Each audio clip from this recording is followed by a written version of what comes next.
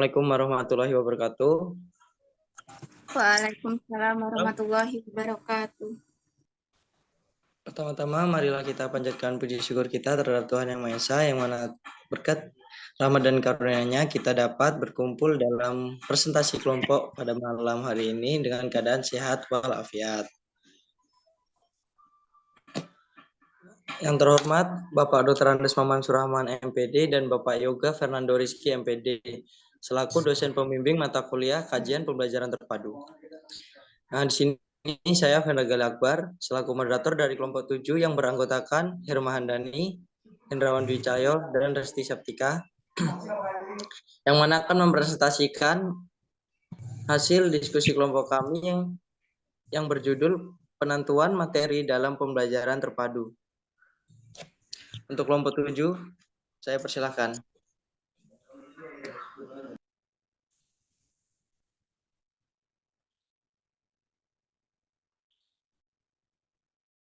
Baiklah, izin mengambil alih.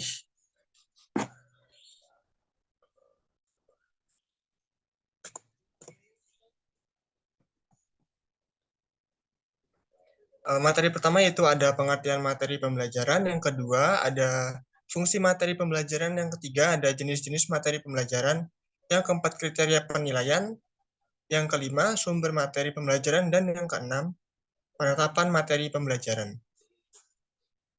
Okay, next.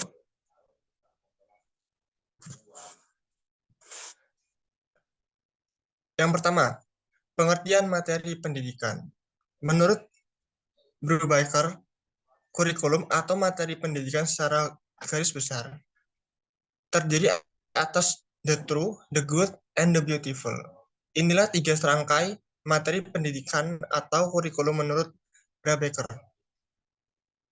Dalam uraian lebih lanjut, dijelaskan bahwa pembicaraan tentang the true menuntut bahasan tentang hakikat pengetahuan. Sementara itu, pembicaraan tentang the good dan the beautiful merupakan kajian mengenai etika dan estetika. Jadi, 3 serangkai materi pendidikan bagi Brubaker adalah pengetahuan, etika, dan estetika.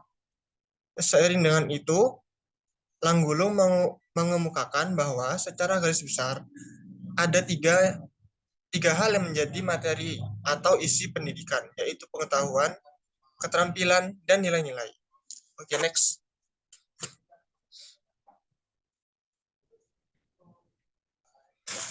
Yang kedua, ada fungsi-fungsi materi pembelajaran. Ada 3 fungsi utama materi dalam kaitannya dengan penyelenggaraan proses pembelajaran. 3 fungsi tersebut adalah, yang pertama, materi merupakan pedoman bagi guru yang akan mengarahkan semua aktivitas dalam proses belajar dan pembelajaran, sekaligus merupakan substansi kompetensi yang seharusnya diajarkan atau dilatihkan kepada siswa. Yang kedua, materi merupakan pedoman bagi peserta didik yang akan mengarahkan aktivitas dalam proses belajar dan pembelajaran, sekaligus merupakan substansi yang seharusnya dipelajari dan dikuasai. Yang ketiga, ada materi merupakan alat evaluasi, pencapaian atau penguasaan hasil pembelajaran. Sebagai alat evaluasi, maka bahan ajar yang disampaikan harus sesuai dengan indikator dan kompetensi dasar yang ingin dicapai oleh guru. Indikator dan kompetensi dasar ini sudah dirumuskan dalam silabus mata pelajaran. Oke, selanjutnya akan dilanjutkan oleh rekan saya. Baik, selanjutnya yaitu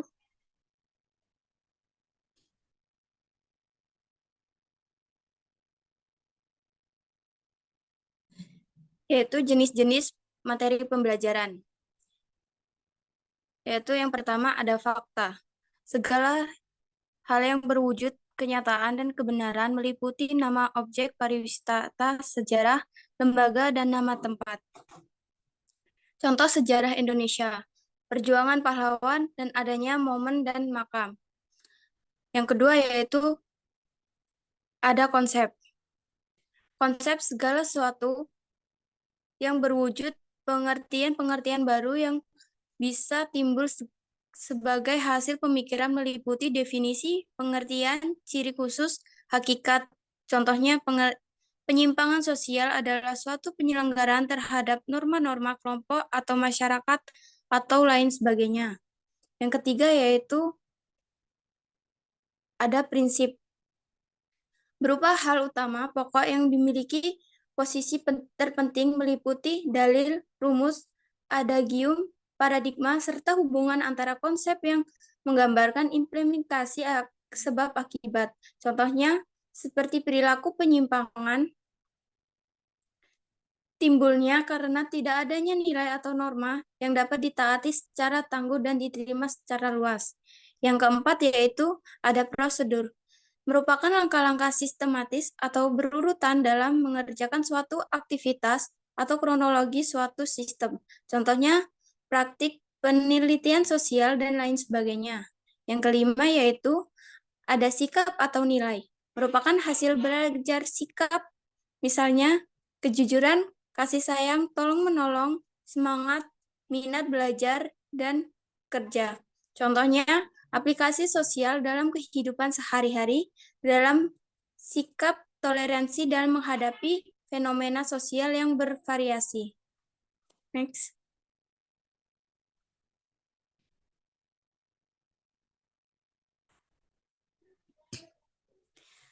Yaitu selanjutnya ada kriteria penilaian materi pembelajaran. Yang pertama yaitu ada relevansi atau kesesuaian, yaitu artinya materi pembelajaran hendaknya relevan dengan pencapaian standar kompetensi dan pencapaian kompetensi dasar jika kemampuan yang diharapkan dikuasai peserta didik berupa menghafal fakta atau materi pembelajaran yang diajarkan harus berupa fakta, bukan konsep atau prinsip atau jenis materi lainnya. Yang kedua yaitu ada konsistensi, yaitu merupakan kompetensi dasar yang harus dikuasai peserta didik ada 4 macam, maka materi yang harus diajarkan juga harus meliputi 4 macam. Yang ketiga yaitu kecukupan, yaitu materi yang diajarkan hendaknya cukup memadai dalam membantu peserta didik menguasai kompetensi dasar yang diajarkan.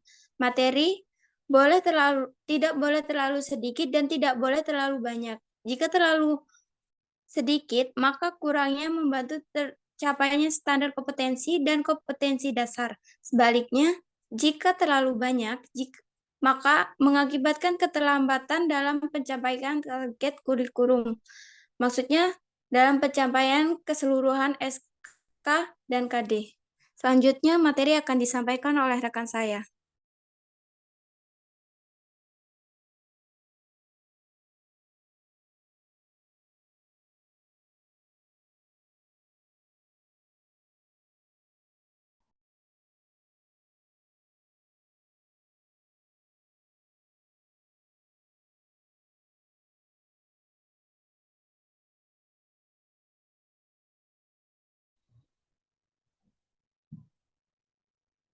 Yang selanjutnya itu ada sumber media materi pembelajaran. Yang pertama itu ada buku.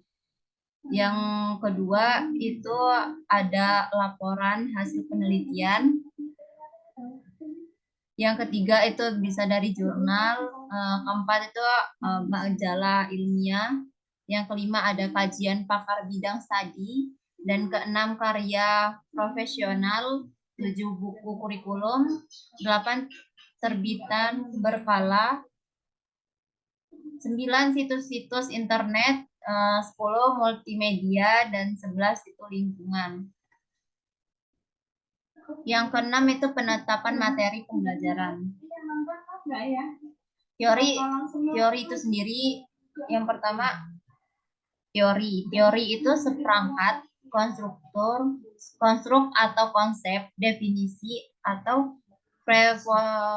preposisi yang saling berhubungan, yang menyajikan berbagai sistematik. Yang kedua, konsep. Konsep sendiri yaitu suatu abstraksi yang dibentuk oleh organisasi dari kehususan merupakan definisi singkat dari sekelompok fakta atau gejala. Yang ketiga itu ada generasi, yaitu kesimpulan umum berdasarkan hal-hal yang khusus, misalnya sumber dari analisis, pendapat, atau pembuktian dalam penelitian. Yang keempat itu prinsip, yaitu ide utama, pola skema yang ada dalam materi yang mengembangkan hubungan antara beberapa konsep.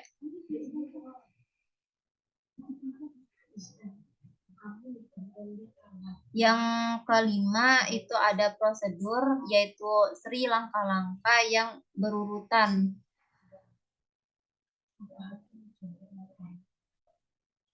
Dalam materi pembelajaran yang harus dilakukan oleh peserta didik.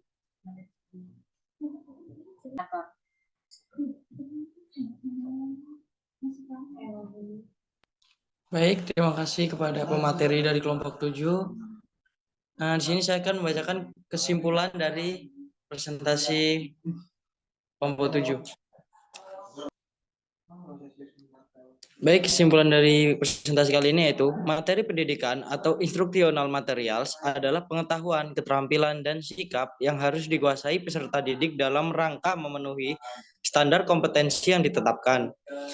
Materi pendidikan secara garis besar terdiri dari pengetahuan, keterampilan, dan sikap yang harus dipelajari siswa dalam rangka mencapai standar kompetensi yang telah ditentukan. Sejalan dengan berbagai jenis aspek standar kompetensi, materi pendidikan juga dapat dibedakan menjadi jenis materi aspek kognitif, afektif, dan psikomotorik. Materi pembelajaran yang di dalamnya ada proses penentuan urutan pemilihannya yang harus mengacu pada standar kompetensi. Proses identifikasi aspek dan jenis untuk mendapatkan materi yang relevan dengan SK dan KD membutuhkan proses cukup panjang dan rumit. Begitu juga ketika materi pembelajaran tidak disampaikan. Di saat itulah dibutuhkan media yang benar-benar tepat untuk tersampaikannya materi untuk mencapai tujuan pembelajaran.